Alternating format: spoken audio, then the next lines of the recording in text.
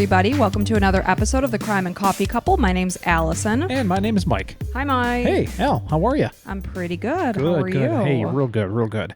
How's your week been going here? It's been typical, I'd say. Oh, I want to say real quick, we are a weekly true crime podcast, in case you didn't know that already. In case you didn't know it. Yeah. Every single Sunday around 9 a.m. Eastern, we come out with a new episode. So, yeah, go ahead and click that little plus button in the upper right-hand corner to add us, like subscribe to us or whatever. And we haven't said this in a while, but if you've heard us like 3 times and you kind of like what you're hearing, then it's time to put out. I think kind of like when you're dating someone, it's like the third date. Okay, time to get down to business. Or right? you would think it might be around that time because nobody should ever do anything they don't want to I mean, do. at that point, if you don't know, it's like, all right, well, maybe we should break up. You know, which is totally fine. Go find somebody else. That's no problem. There are a lot of fish in the sea. But it's time to go ahead and write a review if you'd like. So go ahead. We appreciate it very much. Right? Exactly. So anyways. How was your week? My week is fine. Totally fine. You know, I work from home, so I see this room that we're in right now a lot. So it's really nice for me to be back in here when I spend, 40 hours a week in here every single day. Well, that's why I had to put the skull wallpaper up, change it up. So maybe like every 6 months I'll redo it. Yeah, and it's cool when I'm talking to clients and they're like, is that skull wallpaper you have up? And I'm like, well, yeah, actually it is. So if you don't order it, then... It's unexpected. Right, and which is cool. It's a talking point, and that's fine. So that's good. So we were talking about how we've just recently been watching some new shows. If you have Apple TV, my coworker has been suggesting all these great shows to me, and I finished Bad Sisters last week. Fantastic. So if you have it, I highly suggest that one. It takes place in Ireland, which I now want to go to desperately. And then we just finished Severance last night. Oh, man. Severance is interesting. It's like one of those things. I don't know that I would recommend it to my friends. I give it like a 7 out of 10, I think. 7.5. I gave it a 9 out of 10. Yeah, which we always do that for everything. Movies, shows, whatever. Just to kind of gauge our interest. And it's definitely interesting. I'm happy that I watched it. And what is it, 9-10 episodes? So it was quick. I do a lot of show watching while I'm on the treadmill or doing laundry or something like that. I always have my earbuds in. It really passes the time. Number one, you should listen to true crime podcasts. Of course. Right. That's first and foremost. If you finished our episode, then, and you're looking to watch other things. But I highly suggest those two. So the interesting thing, we watched that kind of together, sort of. It's a whole, it is kind of sci-fi, but there's relationships involved, which are really interesting. It's all about, like, should we even, like, introduce it at all? No, if you're interested in seeing it, it's basically you have a separate mind for work and life. Oh, so don't do it, but do it. Yeah, go ahead. You wanted to be the one. Very quick summation. Okay, so you were like, no, stop, let's not do it, but here, I'm going to do it for you. I'm an asshole. Yeah, sometimes. So basically, when you're at work, you don't remember your home life at all. And when you're at home, you have no idea what you've done at work. So people who are at work don't know if they have a family. They don't know if they're married. They know nothing. No. So it's really interesting. I really enjoyed it. It's Adam Scott from Parks and Rec. Yeah, okay. I really like him. Yeah. I thought it was great. Yeah. So if you're looking for something to watch. Oh, and didn't Ben Stiller direct a couple of the episodes? Actually, a lot of them. Yeah, I think he's like a producer and a director or something like that. I love Ben Stiller. Yeah, he's great. Anything he puts his name on, you're good.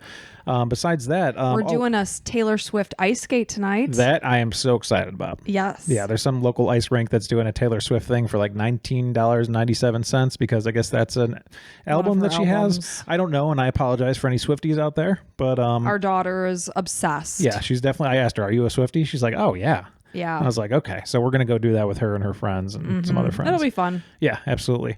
Before we get into the podcast, I do want to mention, every once in a while we have an Allison's Amazon addiction because I almost put it on Instagram the other day. There was like 3 different packages that came for you. And you always have something. You're always like, well, I did have to refill some pills or something because you take like pills all day, every day.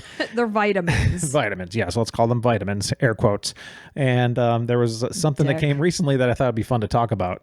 So they are dermaplaning. Yes. So you know how ladies, you get that like peach fuzz on the side of your face? And I will say as a man, I noticed this on women right around age 35-ish. Yeah. The hormones go a certain haywire way. You're getting more testosterone. There's and less just more estrogen. hair and things, out of your nose, whatever. Anyway, but on the cheeks and whatever side of your face, you will see it in certain lighting. So you like rub it down your face and this peach fuzz just flies. Yeah. It's very satisfying. And it's like so new aged. It's almost like this thing called shaving, but they call it dermaplaning.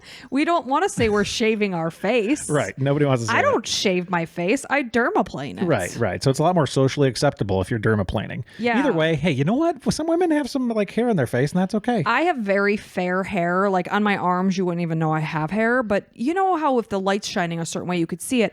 Well, So peach maybe fuzz. like once every month or two, I have to do it. And it's a 6-pack of these Dermaplane tools for like $5.50. Yeah, we're not making a ton on these links, so Yeah. it's just something interesting to you if you want to check it out. If the light's shining just so and you see it, I would suggest this. Yeah, go for it. So, anything else you got, Dad? No.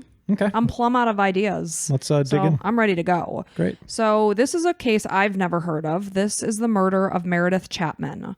So the story actually begins in the summer of 1986 when two teenagers met. So they met in Fort Wayne, Indiana. So this is Mark Garrido, and he noticed Jennair Cox, She had beautiful blue eyes and a big smile, and he said that she simply just took his breath away. He was immediately smitten.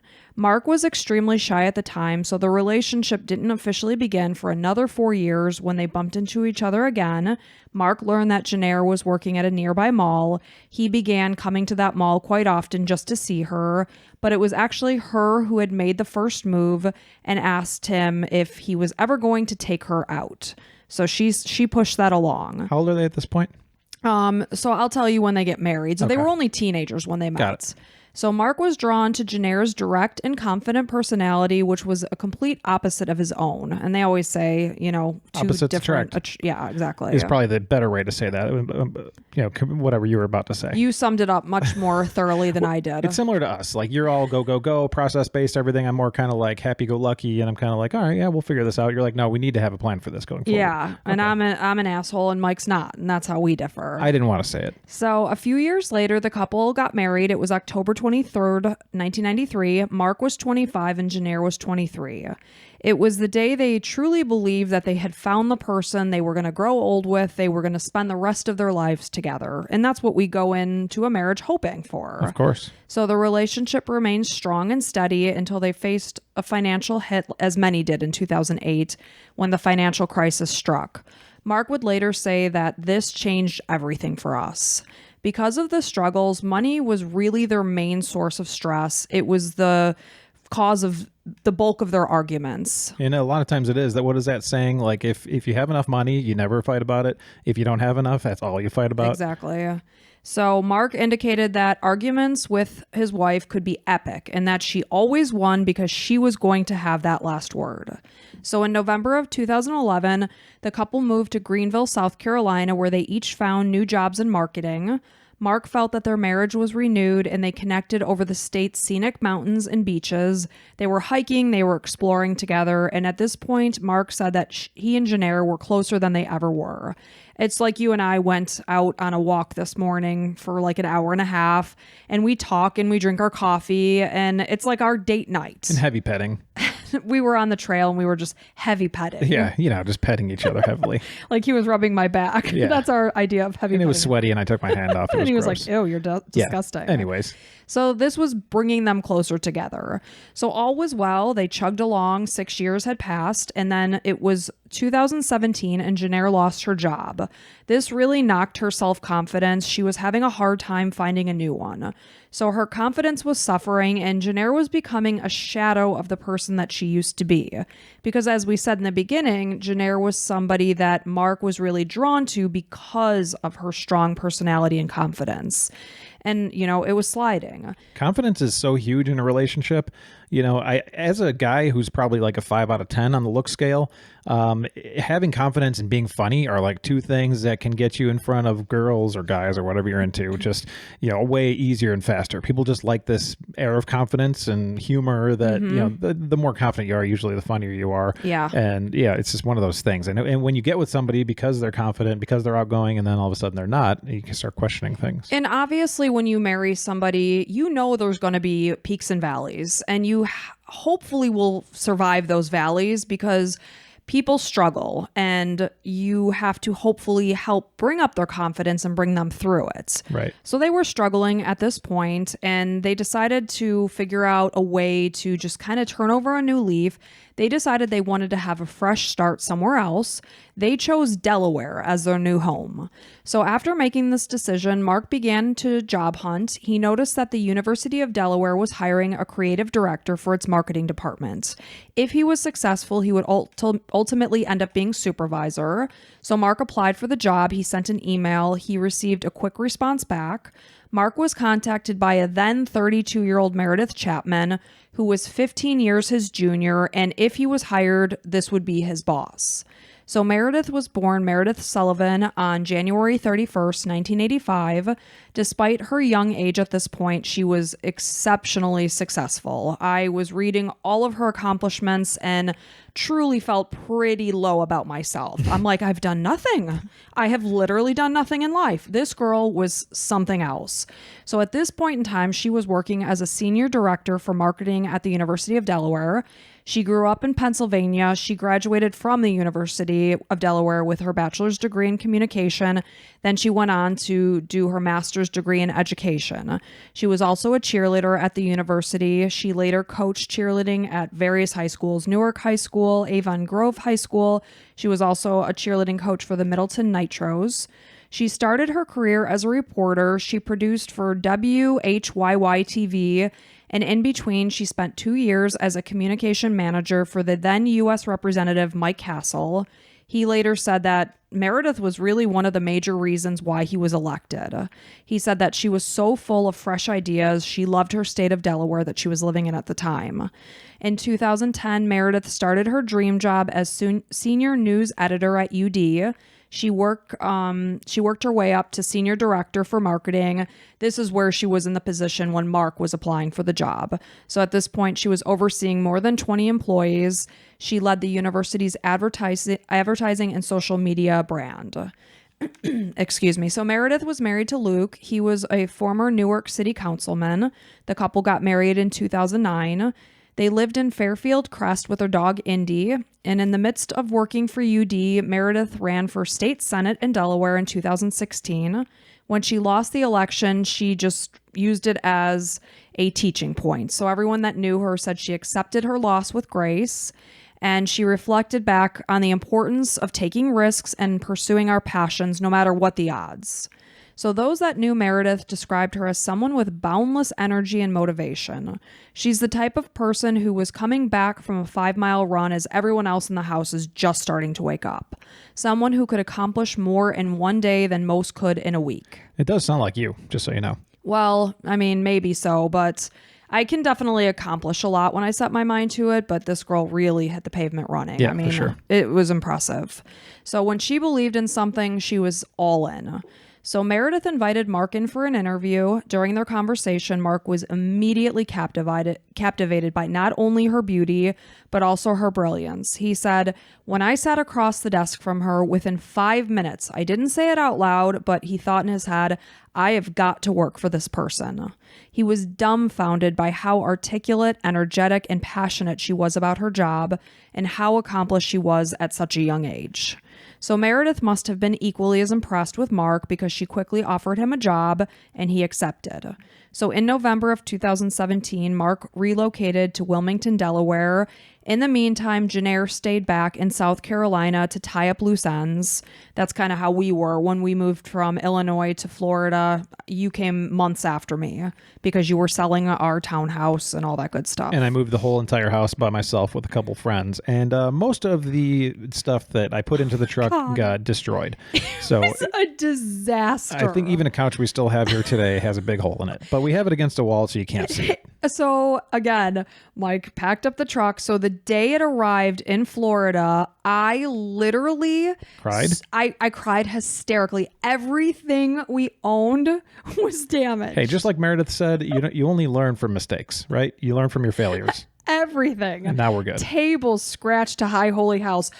all of our couches were ragged. Okay, let's get back, please. Nightmare. So if you have a husband, don't let him pack up your house for you while you're states away. If you have Mike Pernecki, don't let him pack for you. Mike Pernecki. Other husbands, I'm sure, could do it fine. So Jennair is staying in South Carolina, and she was, trying to get their house rented or something like that. She's tying up all the loose ends. So in the meantime, now he's in Delaware without her. He is focusing on his career. He's spending a lot of time with Meredith. Sure. We all know where this is kind of going. Yep. So he was able to really get to know Meredith, and despite their 15-year age difference, they seem to have a lot in common. One day, she asked Mark out for a drink. So they sat and had a drink, and Mark found out that Meredith was just so easy to talk to. He spoke with her about all different things, about how he lost his parents as well as one of his brothers. He also discussed his marriage to Jennair. He wasn't saying anything really negative at this point. They were just talking. Not long after, Mark and Meredith met for dinner. This seemed more like a date. Yeah, the drinks thing, you can say, like a work drink after work, but this is like, we're going to go out together. This felt more real. So during their dinner together, Mark opened up to Meredith about the issues within his marriage. So he later said that issues with Jennair really came into focus while he was spending time with Meredith. And I will always say that the grass is going to be greener on the other side of the fence.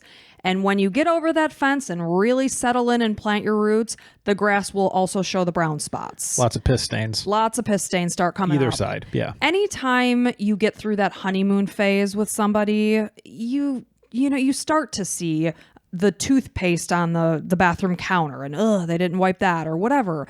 So it always kind of pisses me off when I hear like, oh, my wife, she's such a freaking, I'm sorry, pardon my French, I get worked up, a nag, and this person's not. It's like, because you don't know them yet. Right. So that bugs me. So, he's seeing all the good things about Meredith, which is focusing on the not so good things that he's seeing within his wife. So Meredith is frequently paying him compliments, telling him how good he was at his job, what a wonderful man he was. He felt that he had not heard such words come from his wife's mouth. He was happy with the attention that he was receiving. That just made an impression on me, he said. Here's a woman that I think is amazing, and she's saying that she thinks I'm a wonderful man. And one thing I do want to point out is there's different love languages for everyone. We've brought this up before, but you probably haven't listened to every single episode. Definitely find out what your love language is along with what I know it sounds phooey and granola-y, but it's 100%. Yeah, but it's 100% useful because your love language are acts of service. Yes. So if I do things around the house and then, you'll notice that, and that's the way of me telling you I love you. Whereas for me, mine's are words of affirmation. So if you're telling me you're proud of me or I'm doing a good job, working hard, like you said something nice this week, and that really meant a lot to me. So, there's different things like this guy's, one of his love languages is a words of affirmation, obviously. He's getting it from this person right now. Yes. And it's not only important to know your love languages, but communicate that with your partner, because then they can recognize, oh, you know what? I'm stuck in this rat race of life. I'm going through the motions. I'm not really giving them enough compliments. And sometimes I have to do that myself. I'm like, shoot, I haven't paid Mike a compliment. Because that's not your love language. I tell you stuff all the time, but it kind of falls on deaf ears. No, you probably appreciate it, but not as much as I would if I got told the same thing. So that's where, I know, I don't care if you do anything for me as long as you tell me I'm doing a good job. Right. Give me an attaboy. Whereas, that's why you probably don't say it as much, because it's more about what you do. Like, you do tons of stuff for me, but I might not notice it because I don't care, Yeah. So words are weak to me. Right. Yeah. Show me how you love me. Don't tell me how you love me. Tell me, don't show me. And then we'll put a link to love language. It is interesting. It's kind of fun to do. It's a talking point between you and your partner, and you guys can see how different you are. And it's one of those things like, that's interesting. Okay. Clock it away and use it for... I didn't even know words were important to me until I did this. Yeah, so it's cool. So 4 weeks after Mark and Meredith met, they shared their first kiss. So that's having that first kiss is you can't compare that to kissing your own wife or husband. There's always those butterflies, and it's just like, oh my God, are we really doing this? You're getting away with it. Not that I've ever done it, but I mean, But again, we go back to the thing that anytime something is new, you have the sparks, you have the butterflies. To me, there's nothing like a long-term relationship when you're all in. I gave birth in front of you. You saw everything. I've seen you dermaplane your face. You saw the hair flying from the cheeks of my face. it's one of those things. I'm way more into that. Don't get me wrong. Excitement is really cool. And I read books or like watch, what was that? 50 Shades of Grey. It's like, oh, whatever. That's exciting. But I would much rather come back to where my back is. You've got my back. Supported. Yeah. Exactly. So obviously this is exciting for them. So as excited as Mark was, he also felt immediately awful for betraying his wife. He claims to have told Meredith that whatever was about to happen, it couldn't because he cared too much for his wife. At the same time, he was unable to deny the feelings that he was having for Meredith, who also had opened up and said that of the 9 years she had been married, the last 3 had basically just been a show. So despite what Mark said about caring about his wife, he wanted to find out what it was that was drawing him to Meredith. He said that he felt confused by these new and unexpected feelings and had also become addicted to these feelings. So he said that meeting Meredith made him realize that life could be different. And he admitted that he had been married to Jennair about 24 years at this point. They were going through the motions, and you do get locked into that day to day, doing the same thing.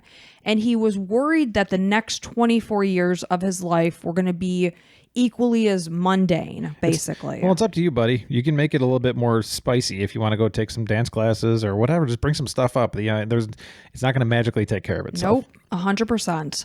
So before Jennair was able to make her move from South Carolina to Delaware, Mark and Meredith had already told each other that they love each other. Wow, that sucks. So very quickly. So around this time, Mark had also been offered a job in Colorado. He did fly to Denver just to kind of check it out, have an interview. During the interview, he felt something click that made him realize that he did not want the job. He wanted to see through what had started between him and Meredith. Meanwhile, still being with Jennair. Yes. And okay. Jennair is now relocating from South Carolina to Delaware. She doesn't have a job. Yeah. She's making this life change, for them as a couple. So, yeah. So from the airport in Denver, he texted Meredith, "I am all in." At this point in time, Mark was 49 years old and he had been married for 24 years. So 47-year-old Jennair moved in December of 2017, just before the new year of 2018. It did not take her long, as most women can say, you pick up senses. Trust your gut, they always say. So she sensed that something just didn't feel right with Mark. She's feeling a sense of distance from him. So soon she did confront him about her suspicions that he was involved in another woman. Mark is adamantly denying this. So at this point in time, Jennair is now specifically asking, "Are you having an affair with Meredith?" So she said her name. She had noticed, again, as a perceptive woman, that Mark had mentioned her name multiple times, and yes, only in the professional way.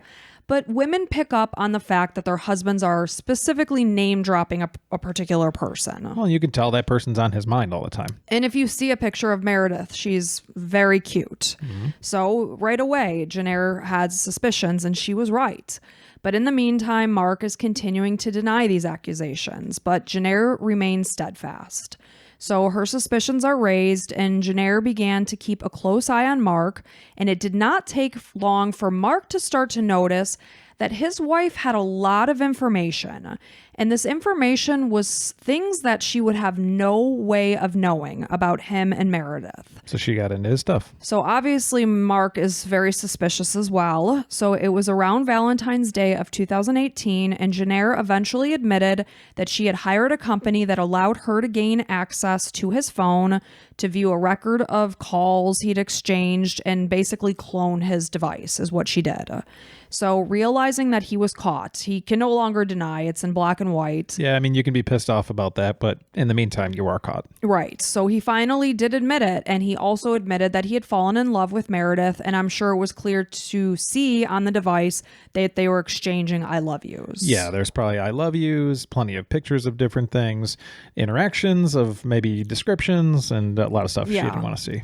So Jennair was obviously devastated by this admission. She did remain confident that they could work things out. She immediately asked Mark if he would please attend marriage counseling, and he agreed.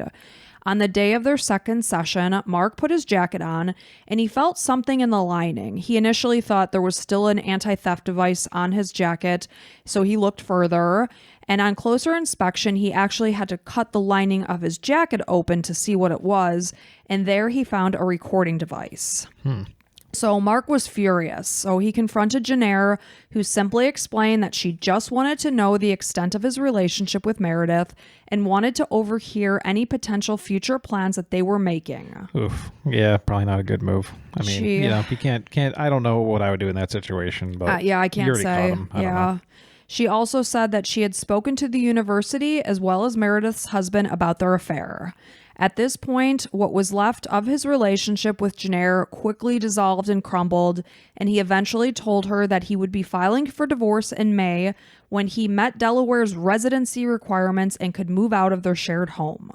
In the meantime, Meredith's professional career was quickly accelerating, and she was actually offered a new position as Assistant Vice President for Marketing and Creative Services at Villanova University in her home state of Pennsylvania.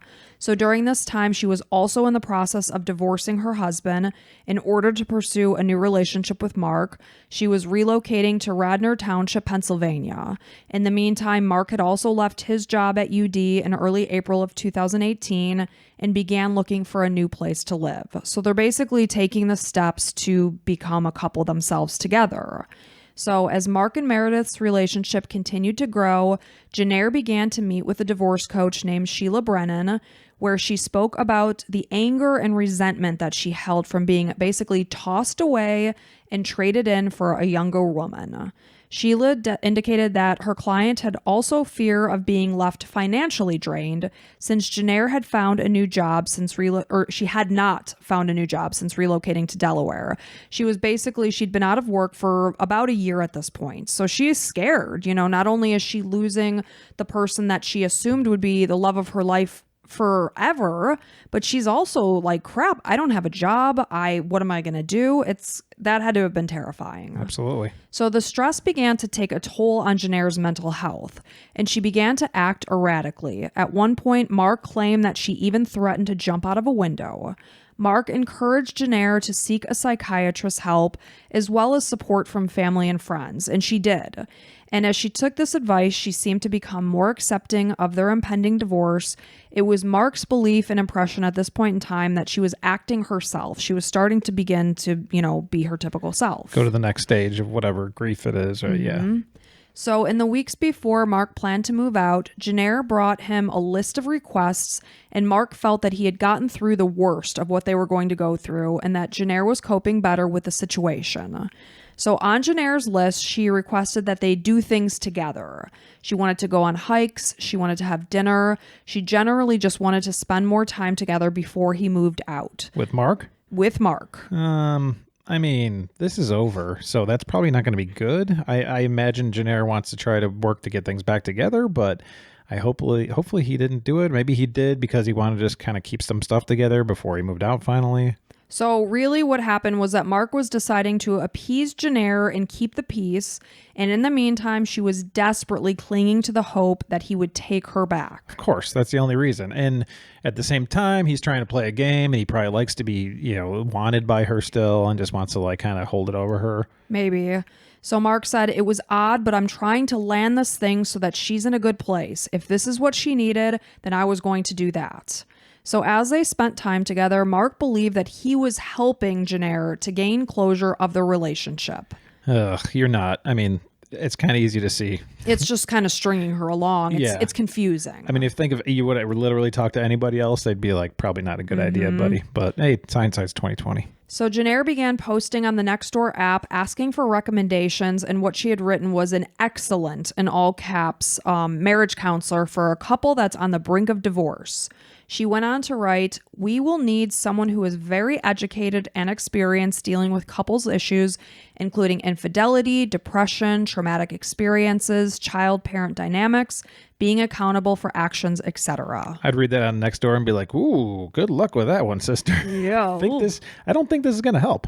So on the night of Monday, April 23rd, 2018, Mark and Jennair had made plans to meet for dinner as part of her request to spend more time together. So Mark is at the restaurant. He's waiting for Jennair to arrive. And in a series of texts, she explained that she was running late. She had made a wrong turn. Eventually, she sent another message that indicated that he should just go home since she wasn't going to make it. Only minutes later, as Mark was preparing to leave, Jennair sent another text with a picture of an empty trash bag with a condom in the middle, followed by another in which Jennair said, "You ruined my life." At this point, it is dawning on Mark in horror that Jennair was sifting through the trash can outside of the house that Meredith had only been living in for about a week because she was starting her new job at Villanova University. So Jennair sent another 2 texts that said, "I hope you never find happiness," and "Bye, Mark." So Mark began to frantically call and text Meredith, fearing that his wife was capable, not knowing, I should say, what his wife was capable of. So all forms of communication that he was trying desperately to reach Meredith were going unanswered. So in the meantime, he is rushing out of this restaurant and heading to Meredith's house. So he's not sure what he's going to potentially walk up to. He's fearing that he's going to find the two in a confrontation, but he never imagined the horrors of what he would find. When he arrived to Meredith's house, he found her laying face down and lifeless on her kitchen floor. There was a pool of blood forming around her head. Nearby, he found his wife in a similar state, also laying on the kitchen floor. What? Yes. Oh my God. Less than 2 hours before she was murdered, Meredith had posted a beaming picture of herself on Instagram at Villanova University that read, "Couldn't be more excited to be a Villanova University's new assistant vice president for marketing and creative services. Just a week on the job and I'm already feeling the love." That's absolutely horrible. And Horrible. obviously, this Jennair, she's suffered from some mental things here. And oh man, that's got to suck so bad being Mark and just knowing, obviously, yeah, I feel bad for, yeah, you don't want anybody dead. Okay. No, whatever of course Mark not. and Meredith did, sure, it's right, it's not right, but you know, Right. they didn't kill anybody. And No. really, this Jennair, she had to feel some pretty, I mean, she had to have some mental instability Sure. to be capable of this. And, you know, we would never sit here and say we agree with infidelity. I mean, we know it happens. What is it? 50% or more of marriages do end. Oftentimes it is because of infidelity. I can't imagine the anger and angst a person must be feeling to know that their partner in life betrayed them in such a way. I can't imagine. It's got to be awful, and I don't wish it on anybody. But the fact that it ended so tragically is just heartbreaking. So he's standing there in the room or in the house or whatever, in the apartment, and just looking at them both dead. Yes. Ugh. So when Mark arrived, one of Meredith's neighbors, this is Tim Mulvey, he was already there. Neighbors heard the commotion and the gunshots. Mark told Tim to call 911, and when Police Chief Christopher Flanagan arrived, he said that Mark was standing on the driveway and seemed to be hyperventilating. Well, also, I mean, yes, this is a horrible situation to be in, but you know, you're suspect number one. As soon as the cops come, they're like, well, we're going to put you in cuffs, you know, just so you know. We're going to ask you some questions. We just got here, and both of the people that you're attached to are dead on the floor. So at that point, he was placed in the back of an ambulance for evaluation before he was released into police custody. Not custody per se, but to the station because he was a suspect. They wanted to question him. What was going on? What happened? So after questioning police, they found this Taurus Tracker 357 gun. I'm so bad when it comes to guns. Is that how you say it? Yeah. Okay. So they found this gun that had been used in both deaths. It was found under Jennair's body, and 2 of its 7 rounds were found missing. It was determined that she had broken into Meredith's home. She cleaned up the glass that she had broken to gain access to her house because she didn't want Meredith to see it and have her suspicions raised. She wanted her to just walk in the house with her guard down. Sure. And that's exactly what happened. So she basically laid in wait, and when Meredith walked through the door at about 7 p.m., Jennair shot Meredith in the head and then turned the gun on herself, shooting herself in the head, and each died from a single gunshot wound. What an absolute psycho. Like, can you imagine getting there and just waiting and waiting and waiting, and as soon as they walk in the door, you don't think otherwise, and they're like, okay, maybe I shouldn't kill this person. That really, I mean, yeah, they're messing around with my husband, but it's more about your husband than You're in this person's house that you don't know. You've never had a conversation with them. You're in their personal space just waiting. She might not know when Meredith is coming home that day. Who knows how long she had to wait? We'll find out more, but the point is, and like you just said, it's more of the husband that scorned you. Meredith does not know Jennair. That's where, I don't get where husbands that come in and see their wife cheating, like beat up the guy. It's like, I don't want you to beat up your wife either, but I mean, your wife was the one that wanted to nail this guy. Not, the guy is just, trying to get something. Right. And did Meredith know that Mark was married? Yes, of course. Sure. We think about that whole, Scandival, or what do they call that? Vanderpump and rules. Vanderpump. And, obviously people really went after Raquel or Rachel or whatever the hell you want to call her because she was Ariana's best friend. Meredith doesn't know Jennair. Sure. Again, we're not saying that makes it right, but obviously this is horrifically extreme. So did you say how she found out where she lived? Are you going to get into that? I think it was basically easy to find out because she was gaining access to her husband's phone. Oh, right. Yeah. So, but I'm going to tell you a lot of what they found. So police found a discarded bag at the scene that contained a wig and clothing that clearly did not belong to Meredith. A 911 call was placed just after 7 p.m. Police spoke with a neighbor who said they had noticed Jennair drive up between 5 and 6 p.m. She walked toward the door with a bag over her shoulder. A few seconds later, the neighbor heard sharp noises from inside the house. I don't know if this was her breaking the window to gain access. I'm not entirely sure. So basically what I'm saying is that Jennair was at the house for about close to 2 hours, just waiting for Meredith to arrive, which is very eerie. So one day after the murder-suicide, police received a tip from a person who had seen a woman wearing a wig, a trench coat, a hat, and sunglasses that was clearly scoping out Meredith's house using binoculars. I mean, this is like from a 1950s cartoon. Like din din din din, like like Pink Panther-esque or something. Yeah, you got the trench coat and you got like the fake wig and it's like little nose and glasses. And it's like, hey, you can't tell who I am. Yeah, so this, the neighbor clearly saw her. They found, police found a set of car keys at the scene of the crime, which they determined belonged to a Cadillac that Jennair had rented. So as Mark was reeling from the grief over what had happened, he began digging through his wife's affairs and found that she was basically leading a double life. So after Valentine's Day, when Mark admitted because she had his phone cloned and when I say admitted, he didn't admit, he was caught. Yeah. She found black and white evidence that they were having an affair. So when he finally fessed up and, confirmed the truth, this is kind of when it all started. So she basically started to open a secret bank account and credit cards so that he couldn't see what she was doing. He combed through her bank statements, her phone records, her computer. He found that she had purchased audio surveillance equipment, a lock-picking kit, computer hacking software, and DNA testing kits for his clothing, as well as a high-end GPS tracking system. She attached this system to both his car and Meredith's. He named the device attached to Mark's car Mark Liar Jerk, and the one attached to Meredith's M. Whore. So he found more than 400 images of private conversations that he and Meredith had over text message as well as Snapchat. He found that Jennair had gained access to his phone after the whole cloning situation had ended. So his only thing that he could think of is that while he was sleeping on the couch at their house, she must have taken his hand and, done the fingerprint identification. So all of this is like dawning on him after this horrific tragedy. So 5 weeks before the murder-suicide, Jennair had purchased a gun on March 20th, 2018, and credit card statements show that she had gone to a shooting range to practice firing it on 3 separate occasions.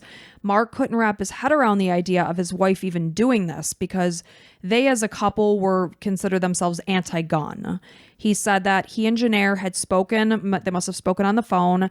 They talked about meeting to discuss things, specifically him and Meredith's relationship.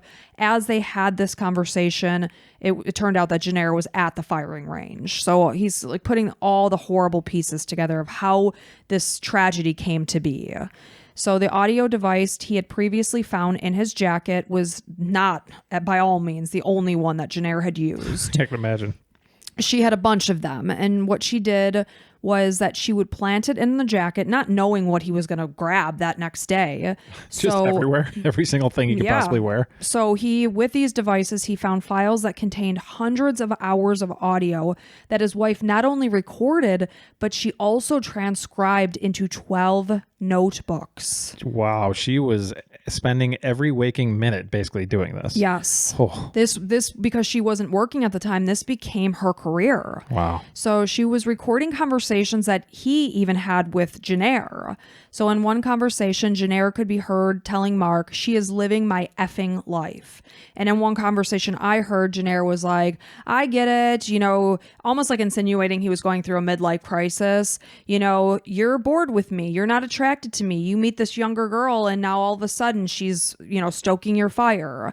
So obviously a lot of the conversations they had as a husband and wife were also recorded. And she was trying to get him to admit to more stuff. Mm-hmm. And, you hear about people like, yeah, I'm going to bring this up to the court when we get divorced. And it's like, it doesn't matter. Like most states, it doesn't matter if they cheated. Right. It's just a matter of, okay, now you're divorced and now it's 50-50. Splitting of the assets. Yeah.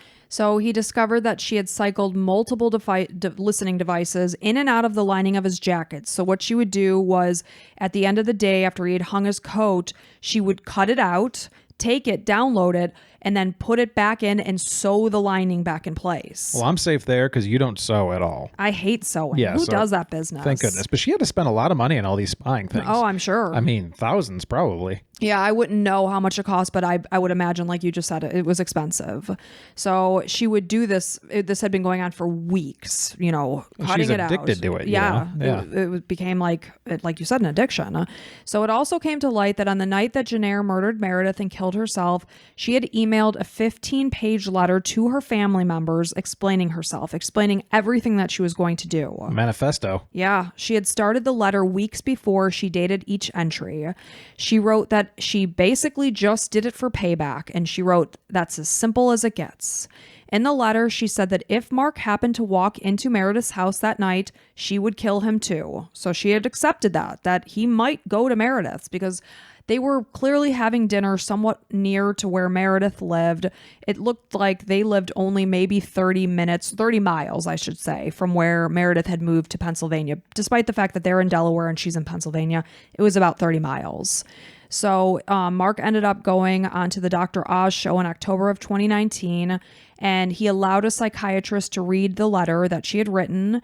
And this psychiatrist indicated that Jennair had borderline personality disorder, which is a mental health disorder characterized by unstable moods, behaviors, and relationships. She explained that in order to diagnose this disorder, you have to meet 5 of 9 criteria, and what she could tell from the letter, all 9 criteria were met, which that classifies severe borderline personality disorder, wow, which she hadn't been diagnosed with from my understanding of my research. Well, you might just be like, okay, getting hormonal or whatever it might be, and then just kind of chalk it up to that. Mm-hmm. So Jennair rented a car in Wilmington, Delaware on April 13th and drove to Meredith's house 30 miles away and parked on a side street. Mark was completely unaware that she had rented the car because, of course, she's taken out other credit cards and such. It was parked in their apartment complex parking lot. It was there, but he didn't recognize it. Sure. So why would he know? Mm-hmm. So afterwards, police found binoculars, ammunition, rubber gloves, and earplugs inside the rental car. There was a gas receipt that indicated that Jennair had been in the area of Meredith's house since at least 2:40 p.m. on the day of the murder. So she had so many hours to think about it, and she went all in. Yeah, there was no going back like, maybe I shouldn't murder someone and then kill myself. Mm-hmm. It was like, yep, this is what I'm doing today. Yep. So looking back on what happened, Mark reflects that he wishes he would have handled the situation differently. Like you said earlier, hindsight is 20/20. He sees that he broke Jennair's heart, and in her mind, she had no other choice but to do what she did. He says that despite his actions, he still loves Jennair and wishes he could take it all back and change it. Wow, that's let's stop on that for a second. So he says he still loves her. Yeah, I guess. They met when they were teenagers. I mean, I guess he spent so much time, he'll always love her, that kind of thing. Yeah. He just kind of fell out of love with her, but I think really what happened was, it's a lot easier to just, go find the latest edition of your wife instead of putting in the hard work, because marriage is is work. It's constant work. Yeah. Because you always have to, maintain that relationship. And reevaluate how things are going. Like if it's like you're falling into a rut and it doesn't feel like as fun as it used to be, go ahead and change something. And you know what? You and I have been together since we were 16. We've been together for 27 years. 27 years of hell. Yeah, absolute hell.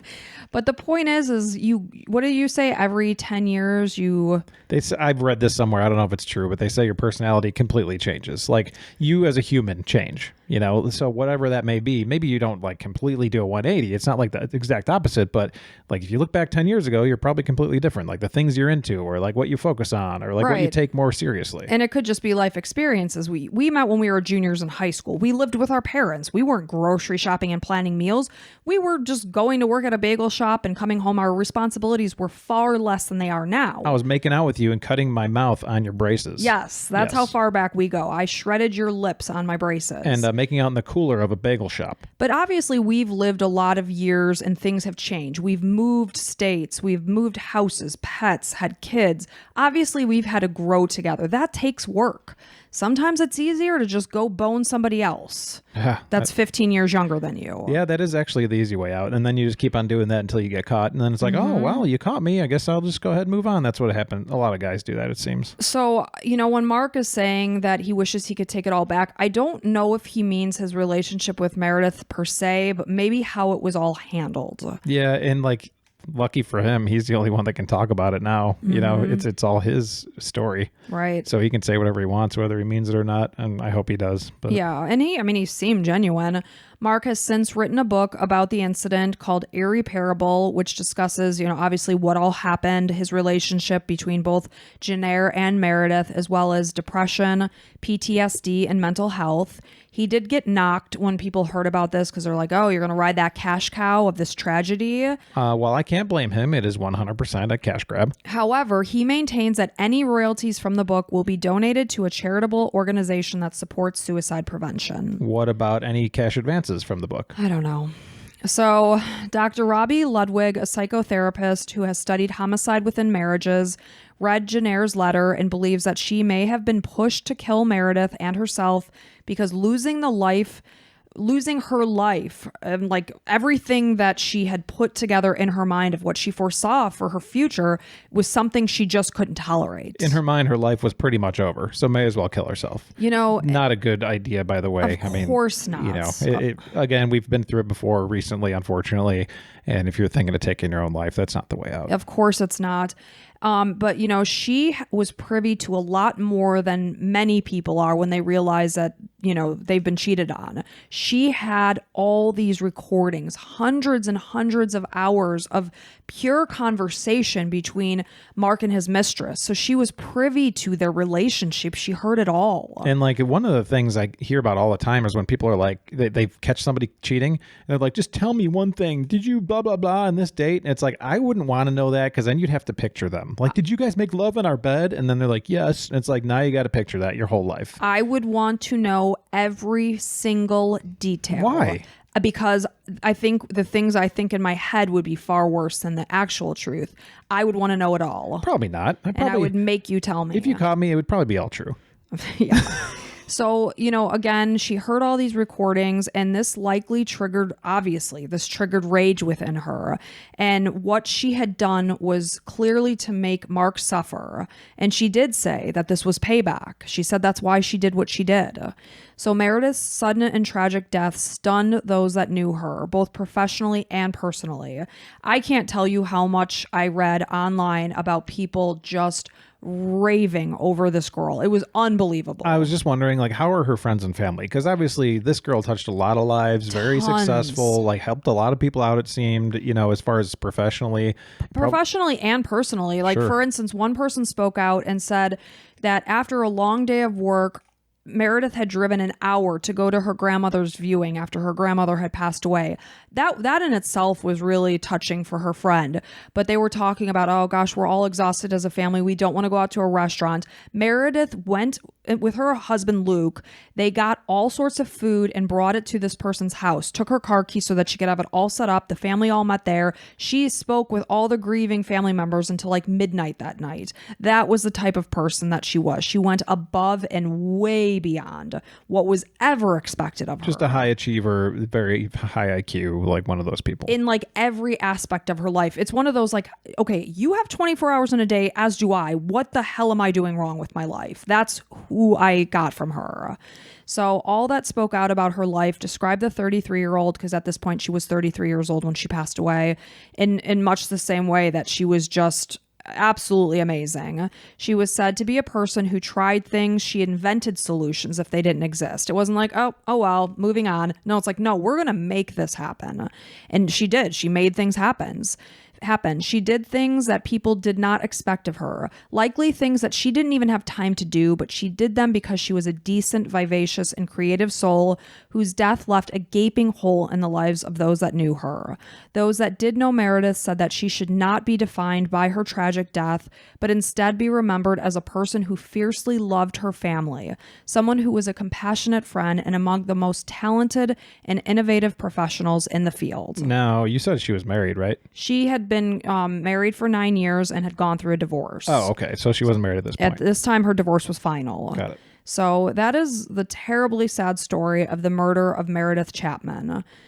And the suicide of Jennair. And the murder-suicide. Yeah. Suicide of Jennair. So it's just a terrible story. Nobody wins. And it's a touchy subject because infidelity can spark a lot of emotion. And something I just thought about, if you're going to be like looking to date this guy, Mark, you're like going to Google his name and it's like, ooh, man, I don't know if I'm going to get into this whole thing. Yeah. You know, he's going to be attached to that for the rest of his life. And he's probably in his 50s now, right? Yeah, and he's very much, because in 2018 he was 60s. 49. Okay. So no, he's in his low 50s. He's very much online. He's got his own website, and according to LinkedIn, he lives in like the Los Angeles area. So, you know, he's definitely, you know, still very much professionally centric in his mind. In the meantime, you think like there's so many people that cheat on their wives or husbands every single day, and they don't have to deal with what he's going through. You know, he loved both of them, and that's okay to say. Yeah. You know, and then he's got to live with this the rest of his life. So, you know, writing anything is going to get it off his chest. And, yeah, he said his book was very cathartic for him. Sure. So, yeah, that was a tough one. Okay. Well, thanks for telling Meredith's sad story. Too bad another good one gone. And really tragic on Jennair's end, too. Yeah. Obviously, she was dealing with a lot of, you know, mental problems that were going untreated. Right. Well, hey, you know what? If you enjoyed what you're listening to today, there's a great way to support this little mom and pop podcast we got going on here. It's called Patreon. So go ahead and become a patron. It's as little as $5 to go ahead and get some bonus episodes. You get to, even if you want to do it for like a month or us for $5, hey, yeah, we'd appreciate it. It's basically a way, if you appreciate the things that you hear, to support us. Yeah. And I can't tell you how much we freaking appreciate it. Yes, with all the emojis Allison sends me every time we get a new one. So I want to say thank you and welcome to the Crime and Coffee Couple Club, to Kimberly, Jillian, Denise, Gail, Paige, Rainey, Katie, Elizabeth, Carrie, and Abigail. So awesome. Thank you all so much. We appreciate the HE double hockey sticks out of you. Okay. Sorry. Mike. I'm a little racy today. I'm feeling a little racy. So yes, thank you so much for everything. And anything else to add, sweetheart? Nope. We'll be back next week. And until next time.